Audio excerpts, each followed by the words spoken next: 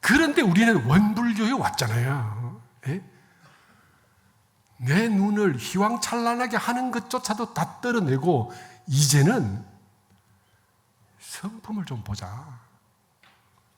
내가 굳이 그 일 안 해도 되고 그 생각 안 해도 되면 번뇌 말고 경계 말고, 경계가 아까 뭐랬어요? 내 속에 일생 동안 만드는 가치관이 투영돼서 나타나는 게 경계라고요. 그죠? 그 경계 말고, 그 업 말고 나를 좀 보자.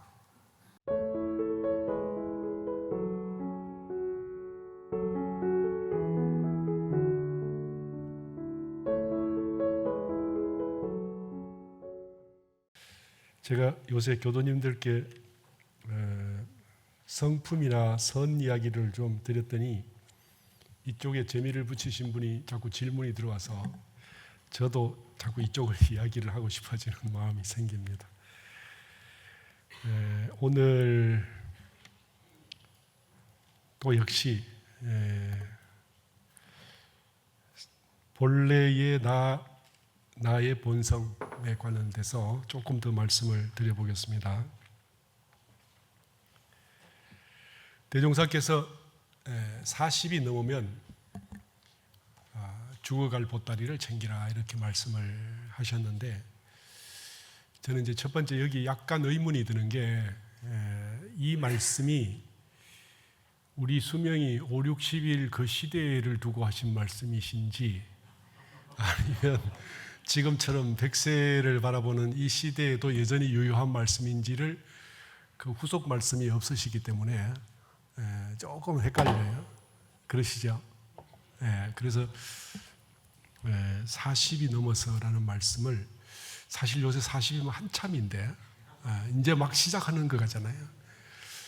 그런데 이 40에 죽어갈 보따리를 챙기란 말씀을 또 저는 그렇게 또 듣지만 우리 교도님들에게 이 말씀을 막 전해도 될까 그런 생각을 합니다.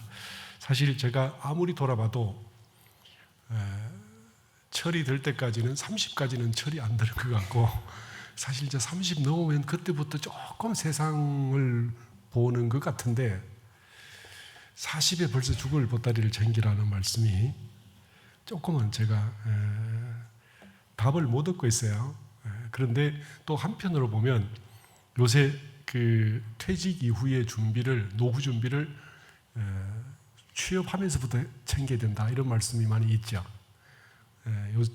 지금 60, 70대 혹은 80대 어른들께서 젊었을 때는 아이를 위해서 온통 다 바치다가 막상 퇴임 이후에 그 생활의 빈궁함에 몰리는 분들이 너무 많기 때문에 그 약점을 보고 지금 우리 사회는 20대부터 소위 취업하면서부터 노후 준비를 하라는 이제 메시지들이 나타나기 시작합니다. 그러니까 좀 빨라도 혹시라도 지금 100세 시대라도 우리가 죽음의 보따리를 챙기는 것이 영 안 맞지는 않겠다 하는 생각을 하는데, 근데 아마도 대종사님께서는 대종사님 사실은 그때가 우리 평균 연령이 40 이짝저짝 할 때였었어요, 사실은. 그러니까 그때는 그 말씀이 맞을 것 같고, 그런데 한번 보겠습니다. 요새 제가 그 죽음이라는 걸 가지고 계속 연말을 하고 있어요. 이건 이제 제가 이제 정말로 다음 생을 찾을 때까지 계속 공부를 해야 되겠지만, 그러니까 이제 죽어갈 때에 내가 가지고 갈 수 있는 게 뭔가를 이렇게 생각을 해보니까, 물론 이제 육신은 놓고 가는 거고, 가족도 놓고 가는 거고, 재산도 놓고 가는 거고, 이 생에 배웠던 그 수많은 지식들도 싹 놓고 간다는 것은 자명한 일이죠. 그런데 내가 지금 내 정신이라고 하는 것도 가져갈 수 있을까? 두 번째로, 이 생에 그래도 열심히 닦았던 소위 이 인격이나 뭔가 인품이랄까, 그래도 그 태어날 때에 비해서는 참 열심히 애써서 그 역경난경을 지나면서 익었던 이 어떤 뭐 별것도 없지만 그 인격이라는 것도 좀 가져갈 수 있을까? 쉽지는 않을 것 같아요. 그래서 그러면 도대체 죽어갈 때는 뭘 가져갈 수 있나? 지어는 복은 다음 생에 또 올 거니까 뭐 그건 별 걱정할 것이 없는 것 같고, 인품도 우리가 계속 선업을 지으면서 다음 생에 선한 인연을 만나서 그 인연들을 대하면서 또다시 제가 좋은 여건이나 좋은 사람들에 물들어가면서 인품이 회복된다는 것도 조금 이해를 하겠습니다. 그런데 정작 죽어갈 때의 보따리는 놓치지 않는 것은 무엇일까? 이제 그때에 이걸 이제 사실은 일반인들은 아무리 상상을 해도 알아낼 수가 없습니다. 그래서 여기서는 오직 수행의 수준과 수행의 적공 여하에 따라서 드러나는 참나가 무엇인지를 봐서 이것만이 결국은 이 죽음을 뚫고 도도히 가게 되는 것이죠. 제가 최근에 천도제를 지내면서 참 천도제가 많아졌어요. 지난 한 달 동안에 수십 건의 천도제를 지낸 것 같습니다. 그런데 이제 이 천도제에 그 혹시 우리 호텔 델루나 이런 거 보셨나요? 영화 그죠? 그거 보면 죽어갈 때 이렇게 세 다리를 지나간다고 했죠. 삼도천이라는 데 지나가는데 읍 속에 빠져서 헤매면서 고통과 쾌락과 즐거움 속에 정신이 혼미하고 아무 생각 없이 그 업이 난지 내가 업인지 업이 지혜인지 지혜가 업인지 운명인지 곤지 정신없이 그 업 속에 잠겼다 솟았다 잠겼다 솟았다 하면서 살아 헤엄쳐가는 그 길이 하나 있고, 부처님의 법과 지혜를 의지해서 그나마 나룻배를 하나 얻어 타고 가는 길이 있고, 그 다음에 이제 당당하게 그 저성을 향해서 이 다리를 아주 당당하게 걸어가는 이제 세 가지가 나타나죠. 그런데 내가 만약 내가 열반에 들었을 때도 온전하게 환히 밝은 정신 하나가 있으면 당당하고 떳떳하게 그 삼도천 다리를 걸어서 건너갈 수 있겠다. 그런데 이제 그러니까 이 삼도천 다리를 걸어서 걷는다는 말은 그 드라마 같은 데서는 복을 많이 지어서 가는 것으로 나오는데 천만의 말씀이고요. 그 길을 가려면 내 눈을 내가 뜨고 내 업을 내가 보고 내 취사를 내가 해서 가는 것을 말하겠죠. 이렇게 가고 싶지 않습니까? 생사를. 물론 이제 부처님의 레벨이 되면 오고 감이 원래 없습니다. 그런데 불교에는요, 그 오매불여라는 말이 있어요. 잠잘 때나 깼을 때나 그 환히 아는 영지가 둘이 아니다. 이게 이제 오매불여예요. 잘 오자 깰 오자 잘 매자 해가지고 자나 깨나 내가 경계를 환히 안다. 이걸 이제 수행의 과정에서 반드시 거치게 되어 있는데, 그걸 보면 그때 보는 우리의 성품은 제가 지금 저기 비유를 할 수 없기 때문에 저렇게 붉은 태양 있죠. 참 붉죠. 두렷하고 온전한 우리의 성품이 아마 저처럼 생겼을 것이다. 그렇게 해서 저걸 발견하면 그러면 우리가 죽어도 매해지지 않는다. 우리는 잠만 자면 매해지잖아요. 그렇죠. 잠만 자면 매해지잖아요. 그때도 아는 영지가 있습니까? 없잖아요. 그죠? 그런데 수행을 하면 잠자지 않고 보는 경지가 있습니다. 제가 우리 교무님들하고 대화를 하다 보면 간혹 이런 교무님들이 있어요. 잠 자지 않아도 예를 들면 석 달간 나는 잠을 안 잤어요. 한 달간 잠을 안 잤어요. 이런 분들이 있습니다. 왜 그러냐? 우리는 번뇌를 끓이기 때문에 번뇌가 짓눌려서 피곤하고 지쳐서 힘들어요. 그래서 우리는 어때요? 쉬어야 돼. 정신을 쉬어야 되겠죠. 그러니까 이 소위 알매식을 멈추게 됩니다. 그런데 이 팔이 이게 힘을 쓰지 않으면 이 팔이 쉴 필요가 없잖아요. 다리를 가지고 북한산을 올라갔다 내려오면 쉬어야 되는데 산을 안 올라가면 쉴 필요가 없죠. 정신도 꼭 이와 같아서 번뇌를 가지고 힘들지 않으면 정신이 쉴 필요가 없단 말이에요. 근데 우리는 하루 종일 무슨 생각을, 무슨 의미가 있어서 그렇게도 생각을 해서 한때도 이 생각을 멈추지 않는지, 그 찰나간에도 멈추지 못하는 끊임없이 허덕이고 애쓰고 노력하는 이 뭘 그렇게 생각을 해야 되는지, 도대체 뭐가 그렇게 중요한지 끝없이 생각하고 분별하고 시비하고, 그래서 분별 시비만 있는 게 아니고 미워하고 좋아하고 난리굿이에요 이게.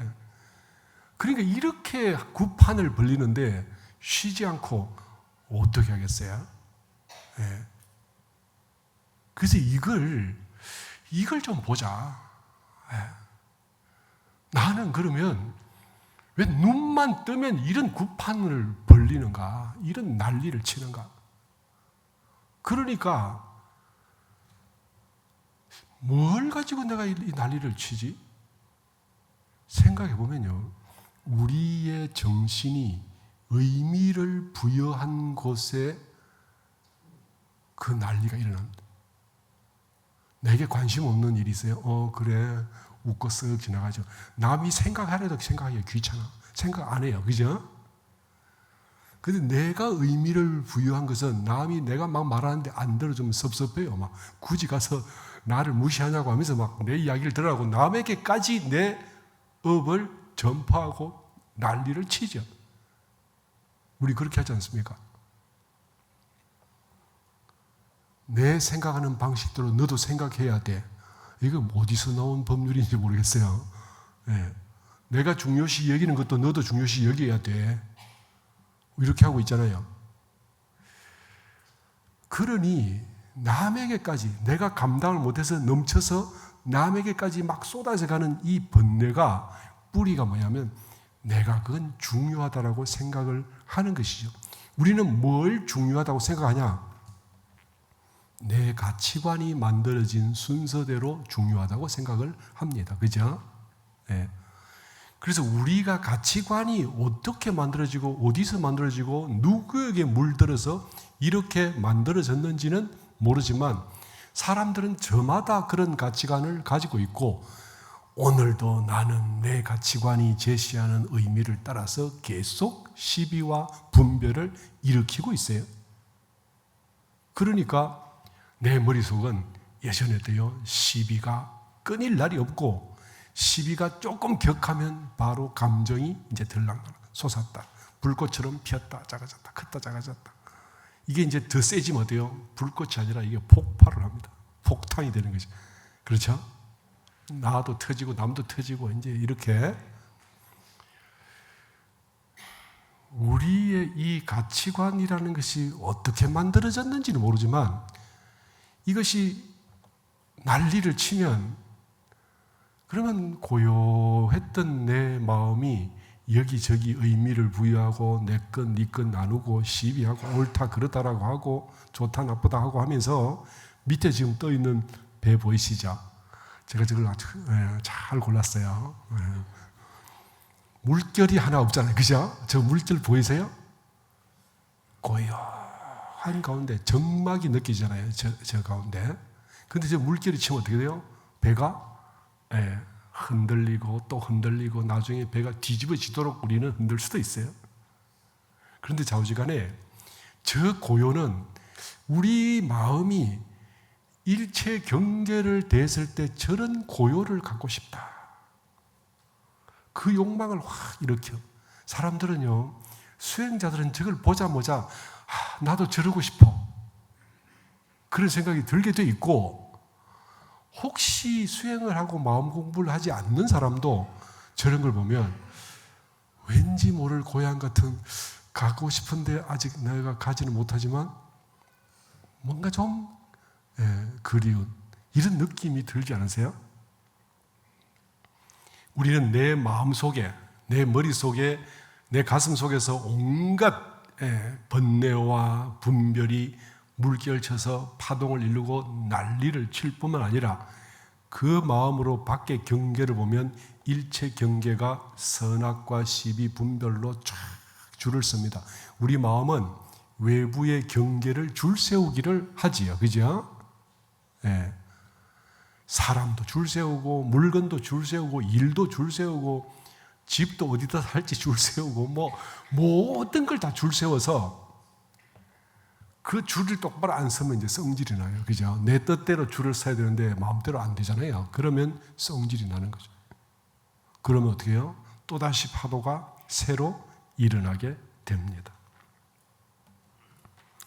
이렇게 살아오는 동안에 우리의 참마음은 어디 있는지 단 한 번도 생각해 보지 못하고 죽어가는 사람이 이 지구상에는 막 수도 없습니다. 내가 누군지에 대한 의심을 단 한 번도 안 해본 건 고사하고, 나라는 것이 어떤, 진짜 나가 어떤 물건인지 단 한 번도 생각해 보지 못한 그런 사람이 이 지구상에 살다 간 사람이 얼마나 많을까요? 근데 우리는 원불교라는 데를 들어와서 참나란 뭘까라고 한 번쯤은 다 생각은 당연히 하셨을 거고, 이거 외에도 여러분의 고민 속에 나는 뭘까라고 그 생각을 쭉 해오신 분이 많이 저는 계실 거라 생각을 합니다. 그런데 그 참나가 찾아도 잘 모르니까 일단 우리는 내가 일으키는 생각이나 분별이나 이런 것이 내 모습일 거라고 생각을 하고 그걸로 부끄러워하고 그걸로 으스대기도 하고 이렇게 하면서 쭉 이때까지 살아왔어요. 그런데 원불교에 와서도 진짜 나에 대해서는 한 번도 보지 못했다. 내 마음이 어떤지는 한 번만 보면 이제 그걸 견성이라 그래. 그러니까 사실은 우리가 견성했다는 건 최소한 한 번 봤다는 거고요. 한 번 보면 그 다음에 두 번째 보기는 쉬워요. 그죠? 우리 엄마가 누군지 모르는데 한 번 딱 알고 나면 우리 엄마를 다시 까먹지 않죠. 옆집 아저씨 누군지 몰랐는데 한 번 딱 보고 나면 그 사람이 옆집 아저씨다. 잊어버리지 않잖아요. 우리가 참 나가 누군지 모른다는 말은 나는 한 번도 못 봤다. 내가 일생을 사는 동안에 진짜 내가 누군지 단 한 번만이라도 보고 싶지 않으세요? 단 한 번만이라도. 세상을 이렇게 그림자라고 그러잖아요. 그죠? 네. 저 손가락 그 그림자 여러 가지 모양을 만들어냈죠. 옛날 그림자는 저렇게 흑백입니다. 요새는 그림자가 컬러면 컬러 TV가 다 컬러죠. 요새는 그것뿐이겠어요. 홀로그램도 나옵니다. 그죠? 요새는 아바타도 나옵니다. 그림자가 이제는 진화해서 나중에 물리학이 좀 더 발달하게 되면 나는 앉아있고 진짜 아바타를 이 세상에 돌아다니게 만들지도 몰라요. 과학은 계속 그렇게 발달해 가는 거니까. 그런데 저걸 나라고 여기면서 우리는 살고 있어요. 제 아무리 잘난 중생도 모조리 다 그림자를 나라고 생각하고 살고 있습니다. 그림자가 그림자인 줄 아는 사람은 아까 말씀드린 것처럼 견성한 사람, 그 사람밖에 없어요. 견성해서 자기 성품을 본 사람이 아니면 우리는 모두가 다 그림자로 나를 여기고 살고 있어요. 그래서 그림자를 위해서 살죠. 이제 그렇게 되면 일생을 사는데 나는 내 성품을 위해서 살았어. 혹시 그런 분 계세요? 나는 내 업을 위해서 살았어. 그런 분 손들어보면 많이 있죠. 그죠? 정말 나는 단 한 번이라도 진짜 나를 위해서 살아봤을까?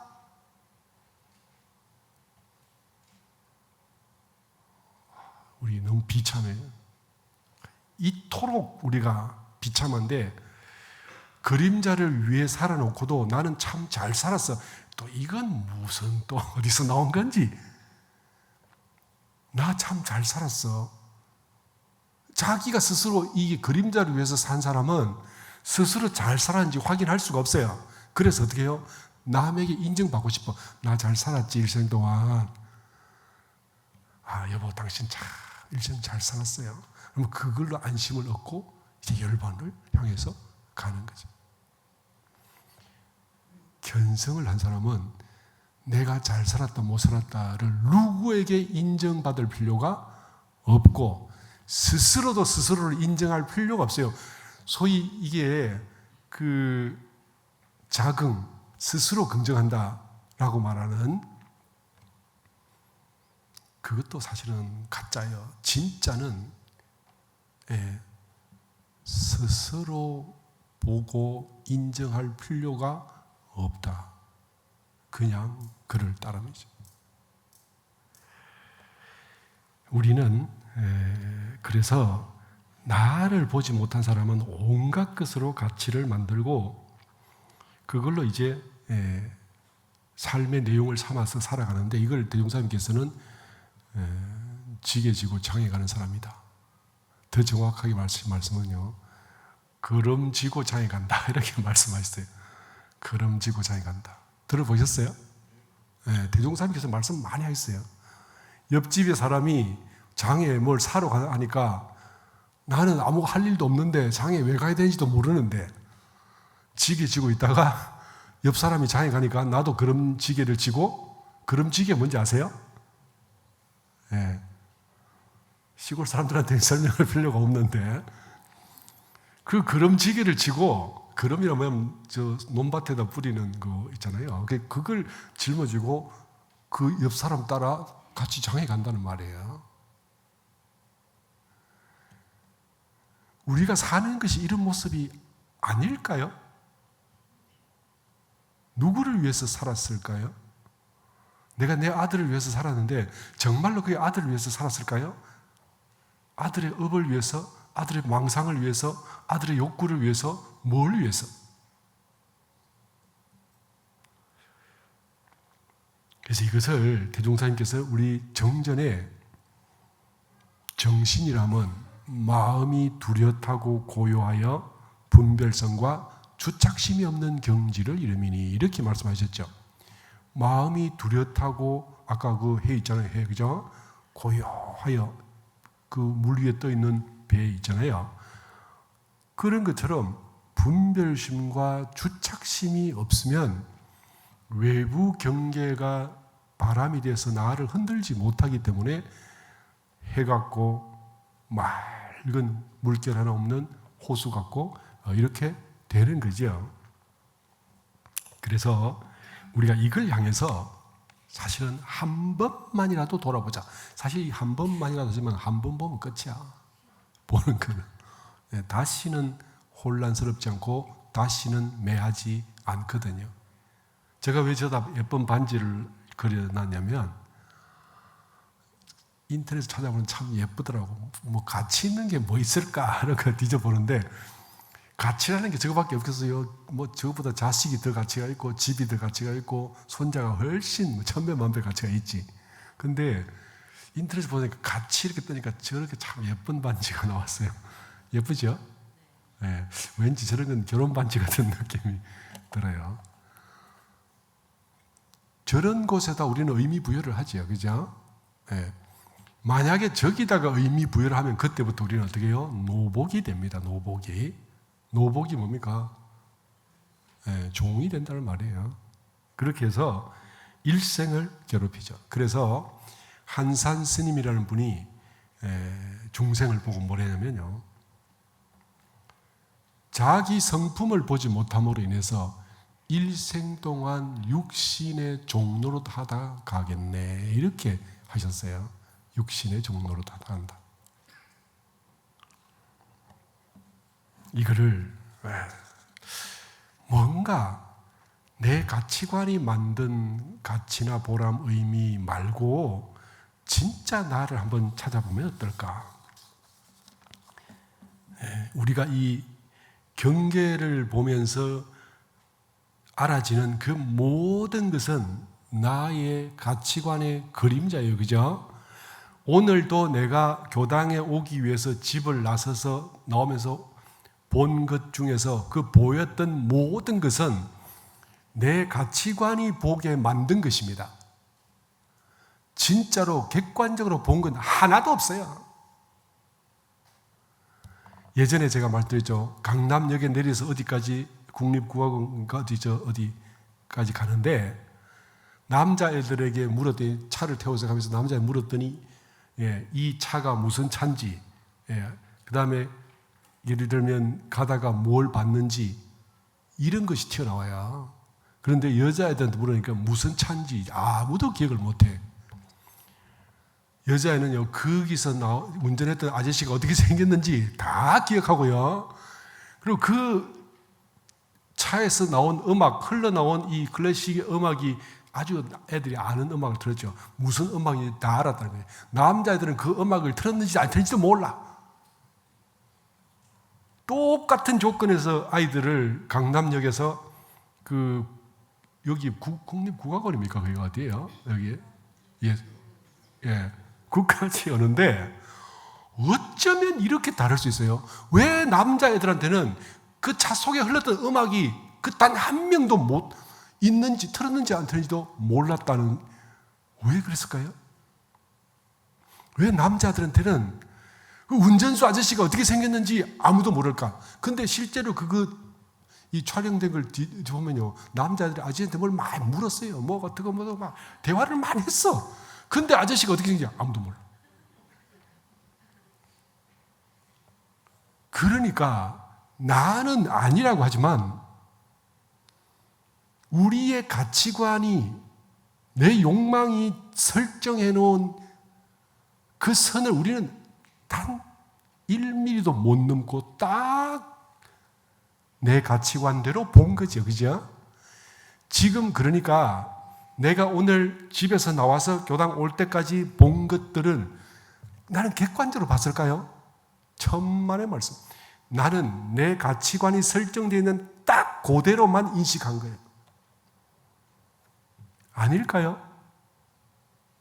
이거 아마 실험해도 그대로 나올 겁니다. 그러니까 우리는 평생을 살아도 나는 성품을 본 적이 없어. 나는 내 업이 무게추를 달아놓은 딱 그것만 보고 살았죠.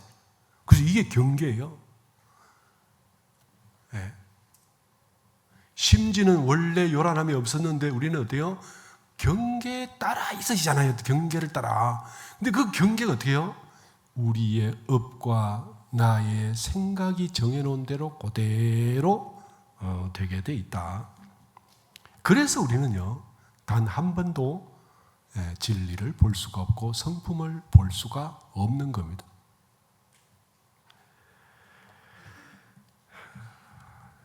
이렇게 우리 애쓰고 살았잖아요. 그죠? 저도 참 애쓰고 살았어요. 23살에 출가하기 전까지는 집에서 애썼고, 출가하고 난 뒤부터는 도를 얻겠다고 진짜 저 애썼어요. 대충 살지 않았습니다. 그런데 우리는 이렇게 살아도 이 업을 못 벗어나고 이 생각의 틀을 도대체 못 벗어났는데, 그럼에도 불구하고 우리는 내가 옳다라고 이렇게까지 하잖아요. 다른 사람이 내게 틀렸다라고 하면 어때요? 그 사람은 순간에 짜증나. 저 사람 원수야. 그리고 그 사람에 대해서 시비를 하기 시작합니다. 또 새로운 업을 우리는 보는 거죠. 지금 저희들이 그렇게 살고 있어요. 그런데 일생을 통해서 살아온 내 모든 생각들이 모조리 다 번뇌라니, 이거 너무 서글프잖아요. 혹시 아닌 분, 여기서 열애되신 분 계세요? 아니, 우리 일생을 정말 열심히 살았잖아요. 착하게 말 잘 듣고 다른 사람에게 눈치 보면서 선량하게 누가 은혜를 베풀려 하고 손에 안 끼치려고 하고 뭔가 그래도 내 양심을 끊임없이 자극하면서 바늘로 꾹꾹 찌르면서 내 양심에 맞게 착하게 살았잖아요. 그죠? 그래 안 하셨어요? 제가 보기엔 다 그렇게 사는 분들 같아. 싹 다 그러신구만. 그런데도 우리는 어때요? 단 한 번도 내 정신을 가진 적이 없어. 너무 억울하잖아요. 억울하지 않으세요? 슬프지 않으세요? 비참하잖아요. 그죠? 안 비참하신가 보네. 비참하잖아요. 우리는요, 참 가슴 아프게도 내 앞에 나타난 그것이 유의미할수록 나는 철저히 거기 예속됩니다. 우리 그렇게 살고 있어요.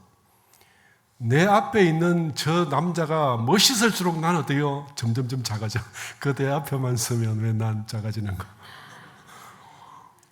그대에게 의미를 부여를 세게 했거든. 그러니까 난 자꾸 작아지잖아. 그 사람한테 의미 부여하고 아이고 같지 않은 것 이렇게 했으면 나는 그 앞에서 작아지지 않아. 돌려 말하면요, 내가 도덕적이다, 훌륭하다, 참 의미 있다, 저 사람 참 뭔가 성자 같다. 그럼 나는 한정없이 작아져요. 우리 그렇게 되죠. 우리가 설정한 바르고 정당한 세상의 규칙이 강력할수록 나는 점점 더 작아지고 왜소해지고 약해져서 무기력해져 갑니다. 이게 중생의 삶이에요. 그렇잖아요. 제가 요새 듣기로 집사라는 이야기 많이 들었어요. 개집사 이야기 많이 들었습니다. 이 개집사라는 말은 개를 키우는 사람들을 비아냥거려서 한 말이 아니고 개를 사랑하는 사람들이 스스로 붙인 이름이다. 아시죠? 근데 개를 너무너무 사랑하다 보니까 그 개에게 모든 걸 다 해주고 나는 개의 시다바리가 됐어. 나는 개의 종이 됐어. 그 종까지는 아니고 그러니까 찾은 말이 집사야. 개집사. 고양이 집사. 그잖아요. 옛날에 그 법정 스님께서 무소유라는 책에 쓴 게 있어요. 당신이 난을 키우는데 어디를 이렇게 여행해서 한 보름 갔다 와야 되고 한 달 갔다 와야 되는데 그 책 읽으셨죠? 난을 집에 놔도 열쇠를 잠갔는데 그냥 와버렸어. 갔다 오면 저 난이 어떻게 되겠어요? 죽게 생겼잖아. 그게 도로 헐레벌떡 가가지고 난 때문에 돼요. 멀리 내려왔던 길을 도로 허우적 가서 그러니까 본인이 난이라는 거 하나를 소유했는데 그 소유로 인해서 내가 난에 이렇게 얽매이는구나. 그 글을 써놓으신 게 무소유의 첫 번째에 나옵니다. 그죠? 책에. 그게 뭐냐면 의미를 부여하면 우리는 서서히 거기에 얽매여서 종이 되고 집사가 돼가죠. 근데 우리가요, 개 집사뿐만 아니고 몸 집사 되죠. 우리 몸 집사 되잖아요. 근데 가장 슬픈 게 뭔지 아세요? 번뇌 집사.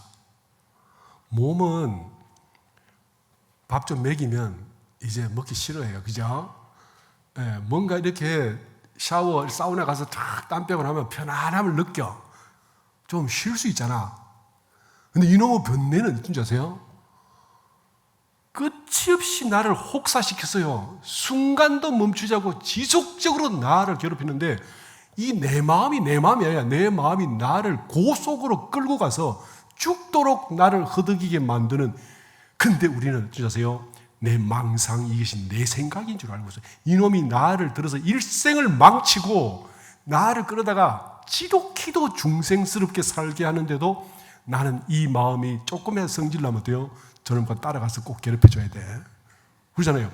어떤 놈은 멀쩡한데 저 사람 나 무시하는 것 같아 해가지고 옛날에 10여 년 전에 그 집 찾아가서 결국 칼로 그 사람 죽였잖아요. 자기가 기분 나빴대. 내 감정 그까짓 게 뭐라고. 그 감정이 나를 어떻게 해요? 기어코 나를 이렇게 해가지고 감옥에 몇십 년간을 살도록 만들었잖아요. 그죠? 누가 그랬어요? 육신이 그랬나요? 망상, 번뇌와 감정, 되지도 않은 감정이 시비에 옳지도 않아. 근데 옳다고 우겨. 그걸 따라서 우리는 어떻게 해요? 기꺼이 몇십 년간 감옥 생활을 감수합니다. 옛날에 어떤 여관에 일하는 사람이 자기를 무시했다고 어떤 애를 죽였죠. 그러고는 어때요? 언론에 나와서 당당하게 나 걔 죽이고 나 감옥 가도 몇십 년 살아도 돼. 그거 왜 죽였을까요? 자기가 볼 때 기분 나쁜 거지. 자기 판단이 틀린 거.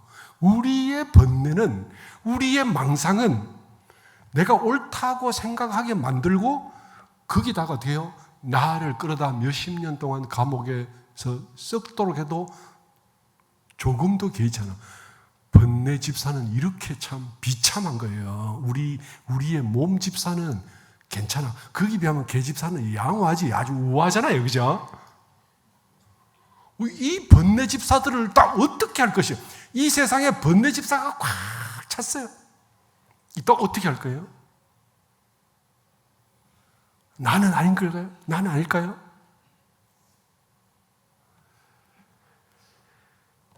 그래서 이 비정상을 좀 정상화시키자.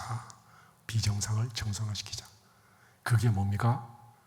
성자들이 꿈꾸시는 일입니다. 내가 만약에 옆에서 내 아들이 마약을 한다. 어떤 방법을 쓰든지 발로해야죠. 그죠?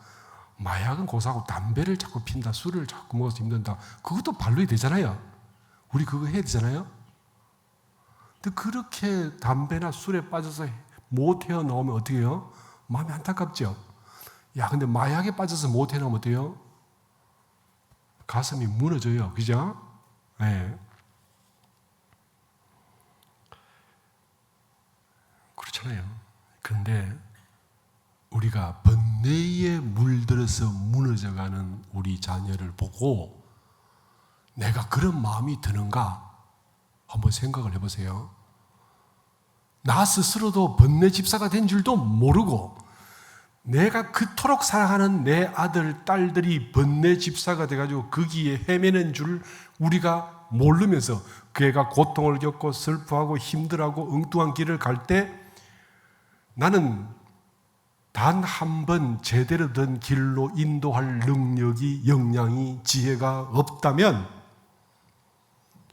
나는 어떤 부모야?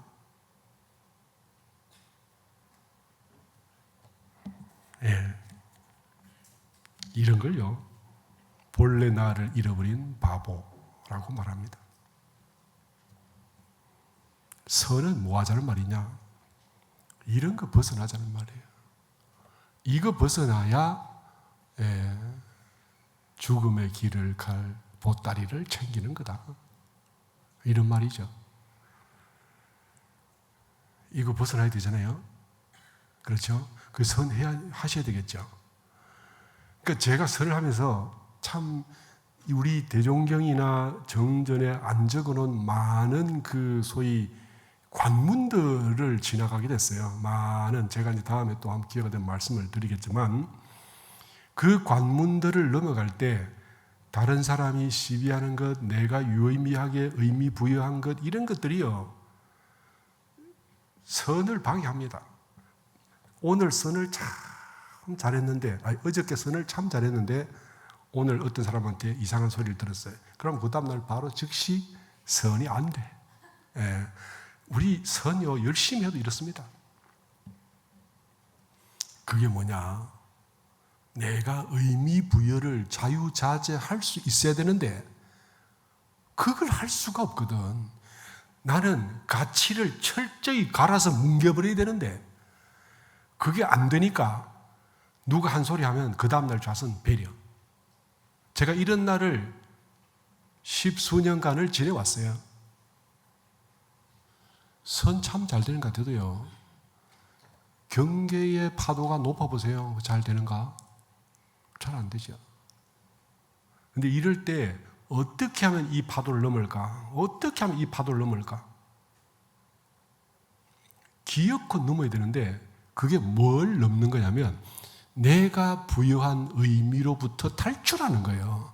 내가 부여한 가치나 내가 부여한 어떤 이 질서, 소위 머릿속의 생각들의 질서로부터 탈출해서 그냥 그런 거는 업이 만든 것이라서 걔네들 그냥 그러니까 업이 자기끼리 놀게 놔두고 나는 청정한 성품을 찾아서 오늘 온전한 마음을 가질 것이다. 아까 보여드렸던 그 고요한 물 위의 배처럼 미동도 없을 것이다. 이렇게 잡아가는 것이 있습니다. 그래서 선은요, 죽자고 앉는다고 잘 되는 게 아니라 내가 잘못 세운 가치관들을 바르는 게 1번입니다.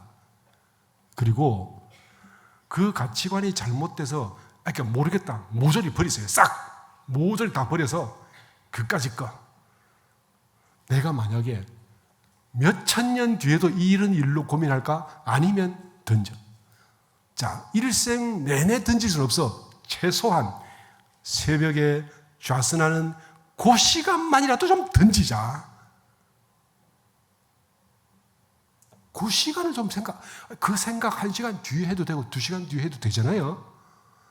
왜 근데 꼭 선할 때 요때 그걸 근데 우리 업장은 딱 그때 솟아나오거든. 고요하니까 돼요. 차 기회다. 이러면 이제 딱 그때 그 번뇌가 나와. 고요해지면 뭔가 솟아나오거든요. 그런데 그럴 때 자꾸 치워보세요. 제가 물 청소를 해봤는데 물이 수평이 많아서 이렇게 빗자루로 쓸면 다른 데 물이 막 들어오잖아요. 그죠? 안 될 것 같죠? 빗자루로 물 자꾸 썰어보세요. 제가 해보니까 결국은 내가 원하는 대로 물이 썰려 나가. 물이 수평 잡는데 귀신이잖아, 물이. 그죠? 근데도 내가 죽자고 하면 밀려 나갑니다.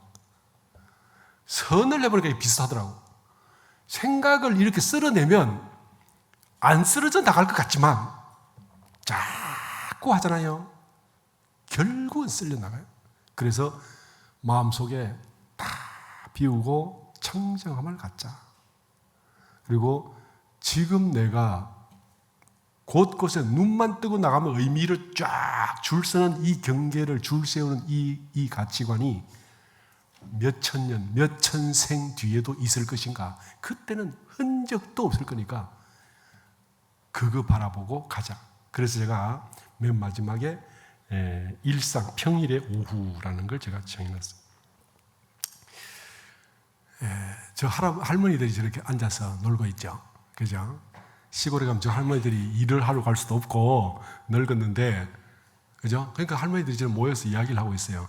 일상적인 일들에 이제 저 할머니들을 자극할 수 있는 에너지를 가진 일은 없어.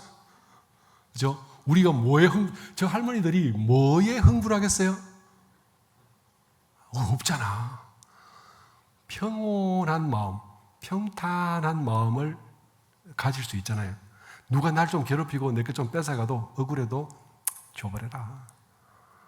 그거 줬다고 내 인생이 뒤집어지는 것도 아닌데, 그러니까 소소한 손익에 매이지 않게 될 수 있잖아요. 그죠?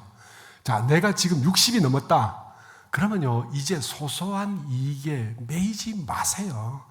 누가 좀 옳고 틀린 것에 대해서 그거 굳이 시비하지 마세요.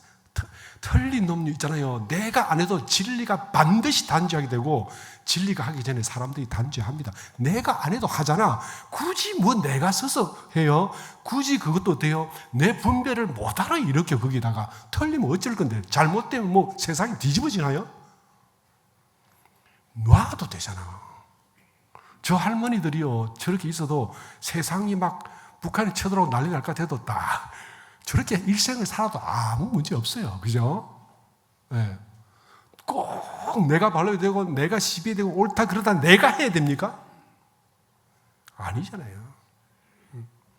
그리고 내가 30대 같으면 또 해도 돼. 60도 넘었고 70도 넘었는데 그러면 좀 놔야지. 굳이 그렇게 잡아서 뭐 할 건데요?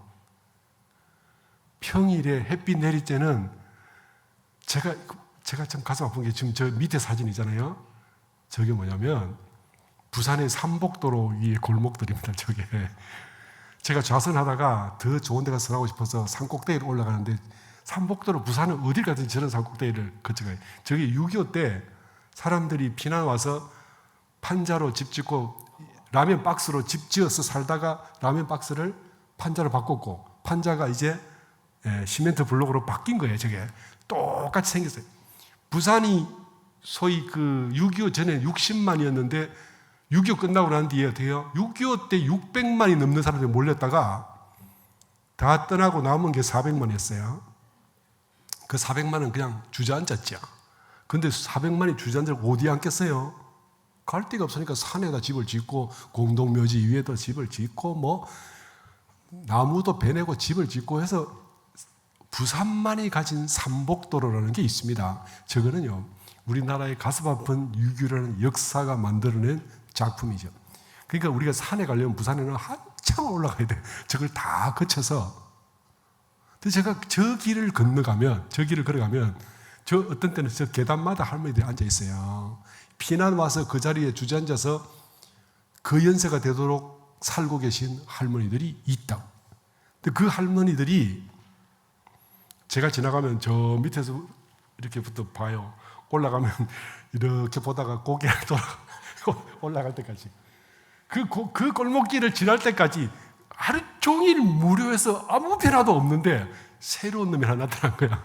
그러니까 눈이 돌아가지 않겠어요? 그 사람들의 눈이 뭐냐? 일생의 변화라고는 하나도 없는 그 없는 경계 속에서 저 할머니들이 마음을 보면 얼마나 좋을까? 저 길을 갈 때 있잖아요. 저거 좀 넓은 데도 있고 더 좁은 데도 있고 한데 사진을 못 찾았어요. 저 옆으로 평지에서 골목 오면 그때부터 할머니들이 쫙 보아요. 제가 만약 무대 위에 올라가죠. 그 길을 쫙 갈 때까지 계속 보고 있어. 그게 현실이에요.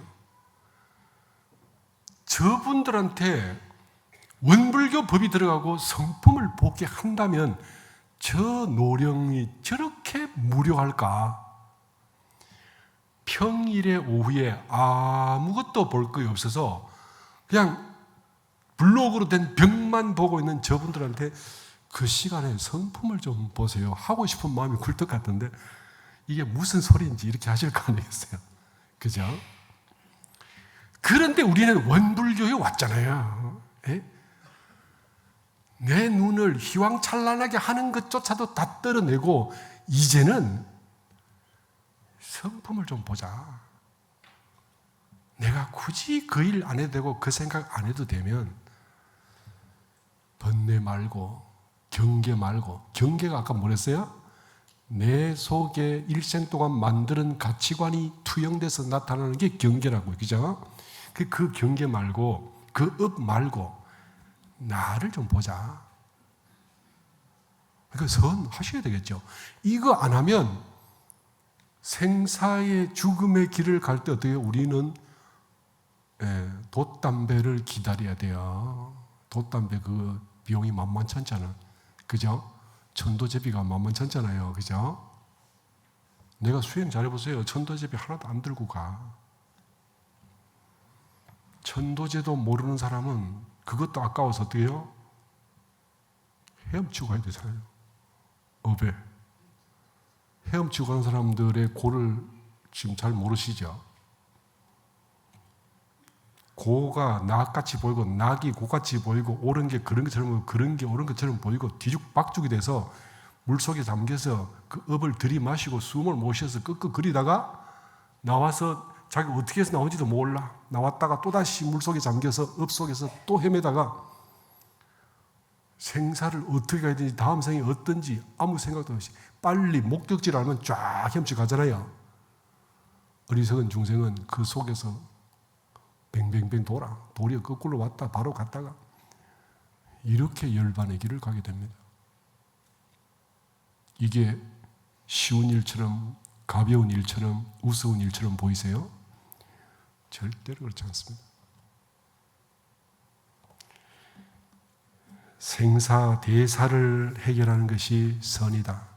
선을 잘 모르겠다 그러면 머릿속에 나오는 모든 생각을 비우자. 못 비우겠다 그러면 그 생각 무시하자. 적어도 내가 머릿속에 번뇌가 꽉 찼지만 이게 내 마음은 아니야. 그냥 그림자야. 이렇게 정도만 무시해도 시간 지나면 우리는 어때요? 저절로 선의 길로 들어가게 됩니다. 그렇게 해서 모두가 다 자력으로 당당하게 다리를 건너 다니시는 분들이 되시기를 바랍니다.